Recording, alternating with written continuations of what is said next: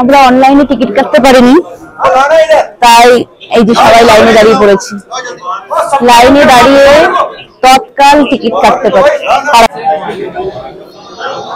আমাদের আগে 70-80 জনের লাইন আছে, আর আমরা টিকিট পেয়ে গেছি।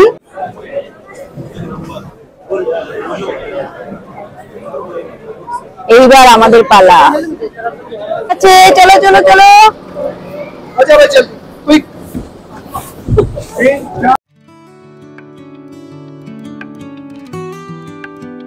Good morning.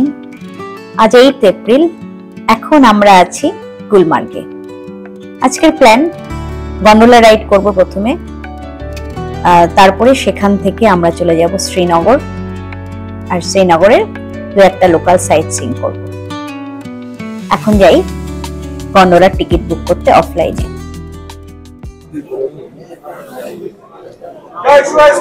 আমরা অনলাইনে টিকিট কাটতে পারিনি, তাই এই যে সবাই লাইনে দাঁড়িয়ে পড়েছি।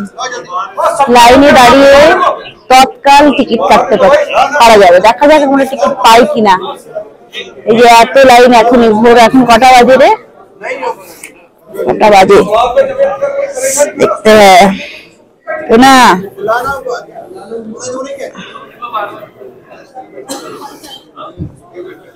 6:45 বাজে। এখনই এত লাইন দেখুন পেছনে। আর এই তৎকাল টিকিটে ক্যাশে পেমেন্ট হবে না, কার্ডে পেমেন্ট করতে হবে।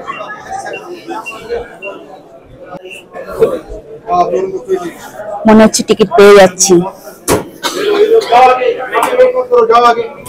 টিকিট হয়ে যাচ্ছে।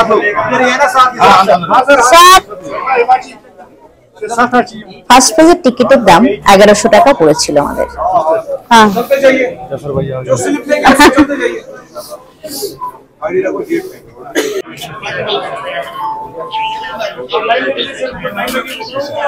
এই যে তিন্নিও আছে পুরো।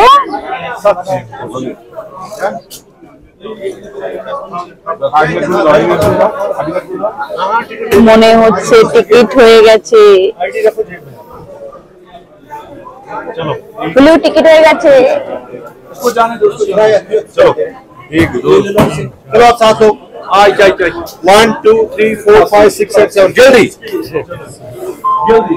मिल गया। देखिए देखिए टिकट। हाँ ओ ऊपर भी लाइन है, हम लोग चलते हैं। ও বাবা, এখানেও লাইন।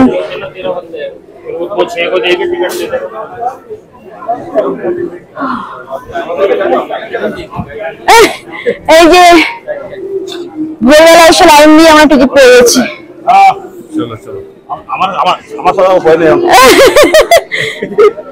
এই জাফর ভাই ওরা গাইড হ্যাঁ।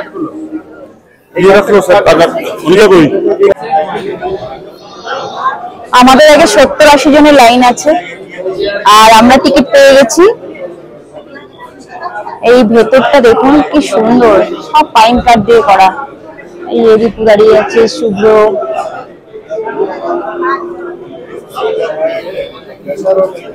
জামাইবাবু।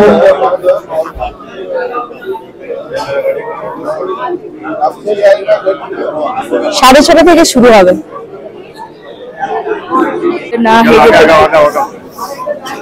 শুরু হয়ে গেছে গন্ডোলা রাইড। এই যে কটা বাজে এখন? এই কটা বাজে? 6:10 স্টার্ট হয়ে গেছে।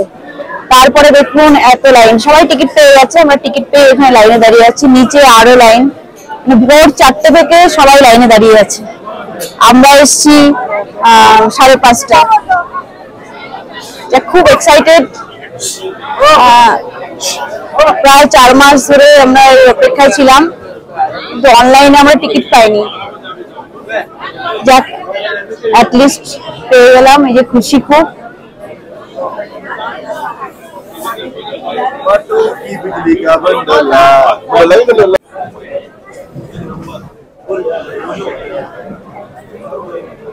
এইবার আমাদের পালা। কি শুভ, তাহলে শেষ পর্যন্ত আমরা চড়ছি বল।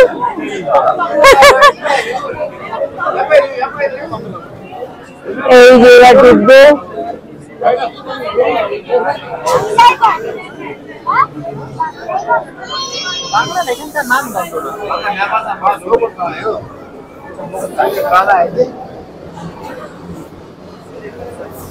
ঢুকে গেছি।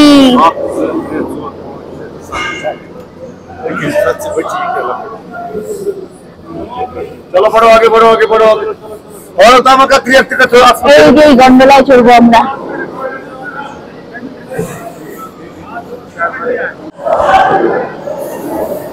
এত ভোরবেলাও কত ভিড় দেখুন।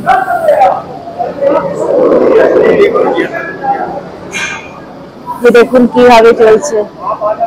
এটাতে উঠতে পারবো মনে হচ্ছে না, পরেরটায় ওইটা মনে হচ্ছে এটাই উঠবো আমরা।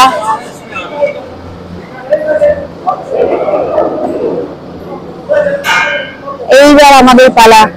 এতদিনের অপেক্ষার অবসান। এটা না হলে সত্যি গুলমার্গ বৃথা। এই উঠে গেছে, চলো চলো চলো। अच्छा भाई चल क्विक 3 4 5 6 बच्चे बच्चे को कोली में बैठो अरे नेवे ना এখানে সাতজন কোলে কোলে কোলে উঠে গেছি at last। ইয়ে তোর কোলেই জায়গা।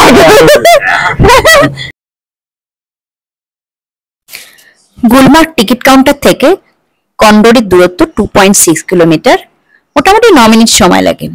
আর এই কন্ডোরি 3090 মিটার উচ্চতায় অবস্থিত। ফার্স্ট ফেজে এত সুন্দর, সেকেন্ড ফেজ তো আরো সুন্দর হবেই। দেখা যাক টিকিট পাই কিনা। ওই যে দূরে দেখতে পাচ্ছেন পুরো লাল হয়ে গেছে, ওটাই সেকেন্ড ফেজ আপার ওয়াট। ওখানেই যাওয়ার ইচ্ছে আছে, দেখা যাক কি হয়। দাঁড়িয়ে পড়েছে। আমাদেরকে দেখার জন্য এরকম দাঁড় করিয়ে দেয়। ওই ওখানে সেকেন্ড ফার্স্ট হয়ে যাচ্ছে। হ্যাঁ, ট্রেকিং করে যাচ্ছে অনেকে। আমরা এটাই ভেবেছিলাম। হোটেল থেকে নামার সময় তখন নাম থেকে শিখতে আমি নাম থেকেই পড়ে গেছি। অসুবিধা কালো জায়গা দাঁড়িয়েছে ড্রাইভার ছবি তোলো। আজকে আমি পড়েছি। ভূপতন যে পড়ার কথা সে পড়েনি। যে পড়ার কথা সে পড়েনি, ধরে গিয়ে তাই পড়তে হবে। ওই ওপরে যাব আমরা। স্বপ্ন দেখতে না কিছুদিন ধরে বন্ধ। সত্যি কতদিন, আমি কালকে রাত 12টার সময় দেখেছি, ট্রাই করেছি যে অনলাইনে যদি টিকিট কাটা যায়।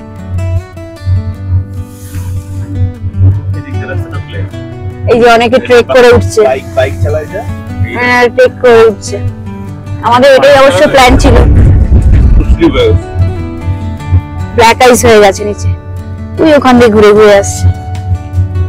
চলে এসছি আমরা প্রায় কন্ডোরি। ওই তো 5 মিনিটের রাইড।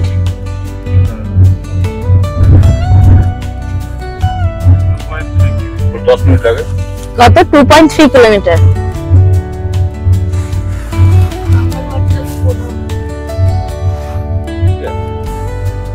এই ঢুকে গেছি। শেষ। সেকেন্ড ফেজে টিকিটের জন্য বসে আছি এবার। সেকেন্ড ফেজে গন্ডোলাগুলো রেড। এই যে দেখা যাক টিকিট পাই কিনা। তবে আমরাই সবার আগে আছি লাইনে। সেকেন্ড ফেজের টিকিটের দাম পড়েছিল 1300 টাকা। আমাদের সেকেন্ড ফেজেরও টিকিট হয়ে গেছে। এই যে আমরা উঠবো এবার। দারুণ হ্যাপি, দারুণ হ্যাপি। ব্যালেন্স হচ্ছে মঙ্গল। আমি মিডিলেই বসে রয়েছি। আরে মিডিল আমরা ছেড়ে বসছি না। বাবা দেখুন পুরো সাদা। আমরা সেকেন্ড ফেজে যাচ্ছি আপার ওয়াট। এটা প্রায় 10 মিনিটের একটা রাইড। আর ওই পাশে যেগুলো দেখা যাচ্ছে চেয়ার লিফট, যারা স্কি করে, স্কেটিং করে, তাদের জন্য। গাড়ি থেকে দেখা যাচ্ছিল দোকানে ঘোড়ায় ঘোড়ায় নেমে গেলে তো পারি, সব ওই নেমে চলে এটা আমাদের স্বপ্ন। এই যে সবাই হ্যাপি ফেস, যেদিকে দেখছি সেদিকেই হচ্ছে সাদা। এই যে দীপু, কিছু বলো। কোনো ওয়ার্ড আসছে না। কোনো ওয়ার্ড আসছে না, সত্যি নিজের চোখেই দেখতে হয়।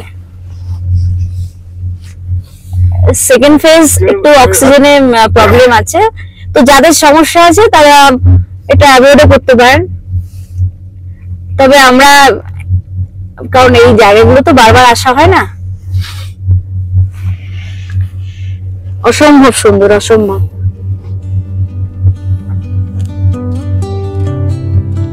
যেদিকে দেখছি সেদিকেই সাদা। এই যে দেখুন,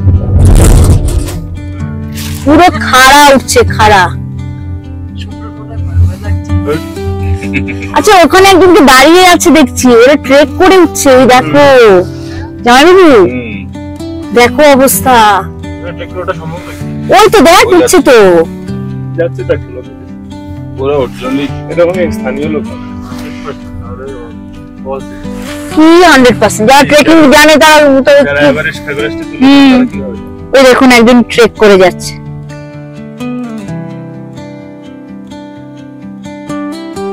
মনে হচ্ছিল যেন আমরা এক স্বপ্নের রাজ্যে চলে এসেছি।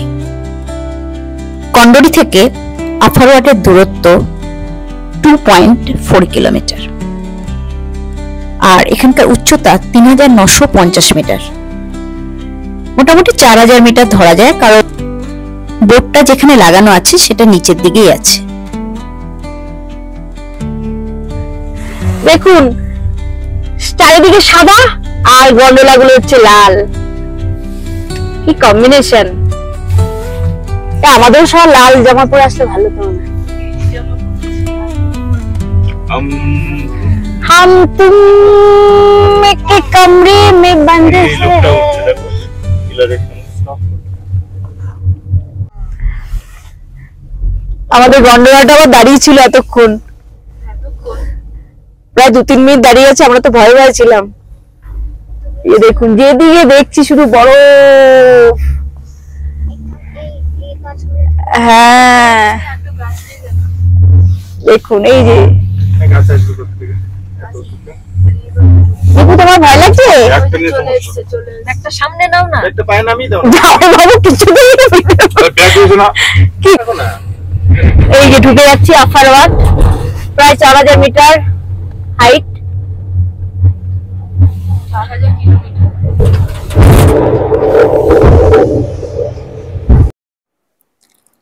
সত্যি বলবো, মনে হচ্ছিল যেন এক স্বর্গ রাজ্যে চলে এসেছি।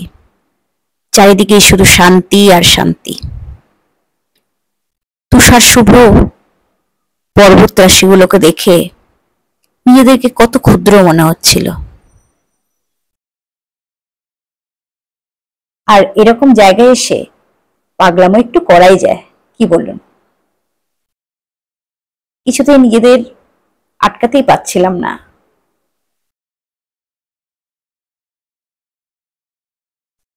ये कहाँ आ गए हम, यूं ही साथ साथ चलते, तेरी बाहों में है जन्म, मेरा जिस्म मुझा पिघल दे, तेरी बाहों में है जन्म, मेरा जिस्म मुझा पिघल दे। ये कहाँ आ गए हम,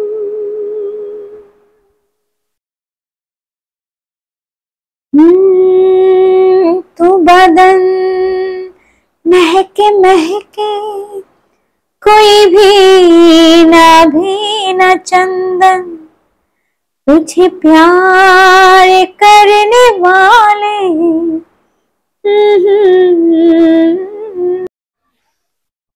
এই যে আফারওয়াটে উঠে গেছি, এখানে অনেক ফটোশুট করেছি।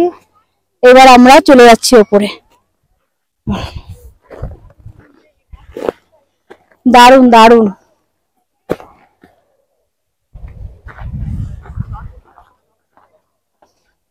এই জায়গাটা না আসলে বিউটিটা বোঝা যাবে না। এই যে পাহাড় পুরো চারদিকে।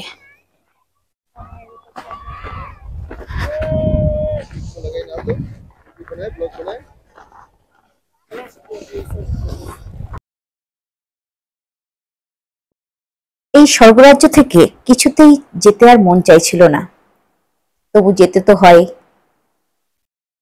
এখন আমরা নেমে যাচ্ছি কন্ডোরিতে।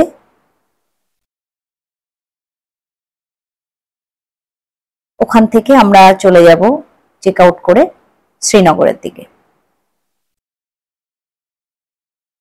কন্ডোরিতে আমরা বেশিক্ষণ দাঁড়াইনি, যেহেতু ওপরেই অনেকটা সময় কাটিয়েছি। আমাদের এখন শ্রীনগর যেতে হবে।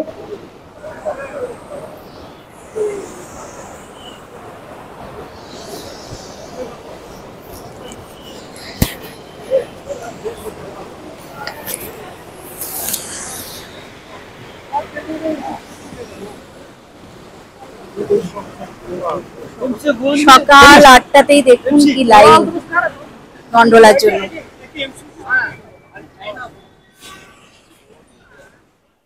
8টার সময় এমন লাইন। আমরা তো তৎকালে করে তাড়াতাড়ি দেখে চলে গেছি। আর এখানের অবস্থা দেখুন।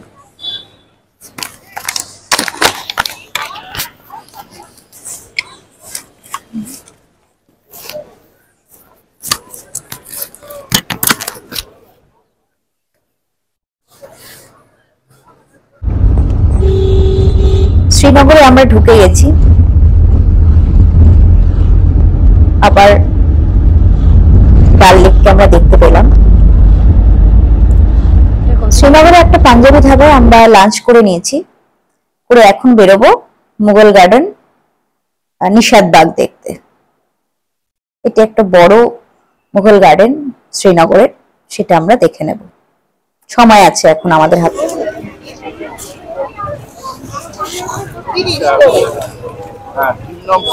আমরা এসেছি মুঘল গার্ডেন, নিশাদ-বাগ। একদম ডাল লেকের পাশে এই নিশাদ-বাগ।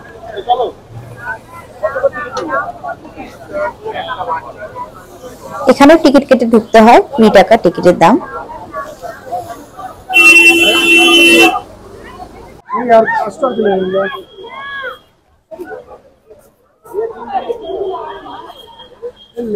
দেখুন বিকেল বেলা তো কিরকম ভিড়, আর আকাশটাও একটু মেঘলা মেঘলা মতো ছিল, আর পেছনে দেখা যাচ্ছে ডাল লেক। এত সুন্দর না জায়গাটা। আর এখানে বেশ ভিড় ছিল, টুরিস্টদেরই ভিড় বেশি। এর আগে আমরা যে মুঘল গার্ডেন গুলো ঘুরেছি ওখানে দেখেছি কিন্তু যে লোকাল মানুষজন বেশি ঘুরছে। তো এখানে যেহেতু শ্রীনগরের মধ্যে প্রচুর টুরিস্ট রয়েছে।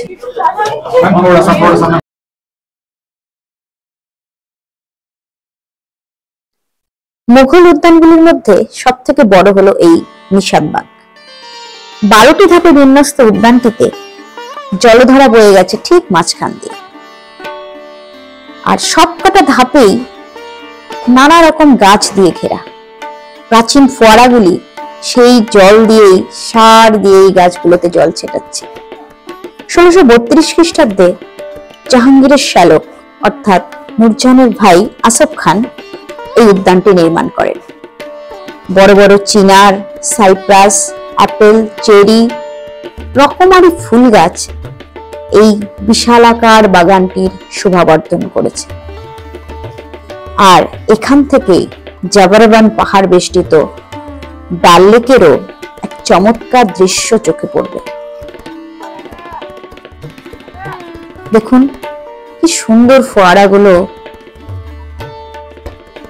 মাঝখান দিয়ে পুরো সাজানো রয়েছে।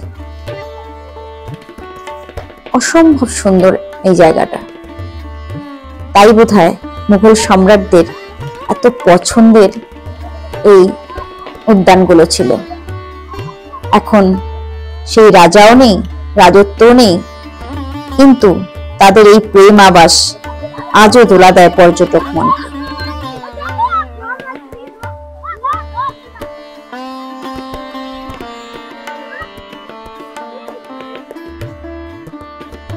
আমরা এখন একদম শেষ ধাপে উঠে গেছি। দেখুন ওপর থেকে ডাল লেকের দৃশ্যটা এত সুন্দর লাগছে।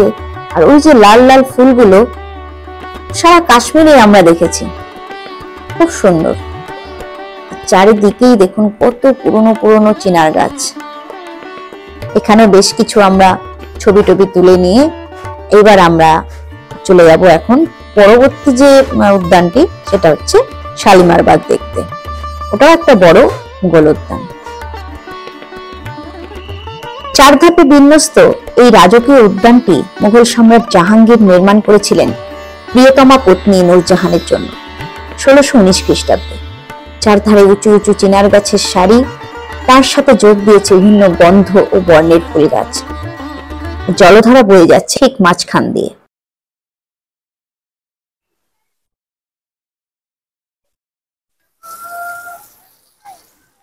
আজ আছি আমরা শালিমার বাগে। এখানে অন্যান্য মহল গার্ডেনের মতো প্রত্যেকটা গার্ডেনের ঠিক মাঝখান দিয়ে বয়ে চলেছে এই জলধারাটি। এই প্রত্যেকটা জলধারা মানে প্রত্যেকটা মোগল গার্ডেনের ঠিক মাঝখান দিয়ে বয়ে যাচ্ছে। আর চারপাশে এই যে দেখা যাচ্ছে এই পাশে কত বছরের পুরনো, 100-200 বছরের পুরনো চিনার গাছ। এটা মুঘল সম্রাট জাহাঙ্গীর তার স্ত্রী নূরজাহানের জন্য বানিয়েছিলেন। উনি এই যে দেখতে পাচ্ছেন ধাপে ধাপে এই গার্ডেনটা উপরের দিকে উঠে যাচ্ছে। মোট 4টে ধাপ আছে। সব শেষে উপরের ধাপে উঠে উনি ওনার স্ত্রীর সাথে এই জাবারবান হিলস এর সৌন্দর্য, ডাল লেকের সৌন্দর্য উনি উপভোগ করতেন। খুবই সুন্দর, এটা দেখতে অনেকটাই সময় লাগে। আর সব থেকে বড় মুঘল গার্ডেন কিন্তু এই শালিমার বাগ। কালের অমোঘ নিয়মে রয়ে গেছে শুধু প্রেমের স্মৃতি। এরপরে আমরা চলে এসেছিলাম মুসলিমদের কাছে অত্যন্ত পবিত্র এক ঐতিহাসিক মসজিদ, হযরতবল মসজিদ দেখতে। মুঘল ও কাশ্মীরি শৈলীর সংমিশ্রণে তৈরি এই সুন্দর স্থাপত্যটিকেই রাখা হয়ে আছে হযরত মুহাম্মদের দাড়ির একটি কেশ। পবিত্র সময়ে এটা জনসমক্ষে বের করে আনা হয়, আর অন্য সময় এটি একটি জায়গার মধ্যে সংরক্ষিত থাকে।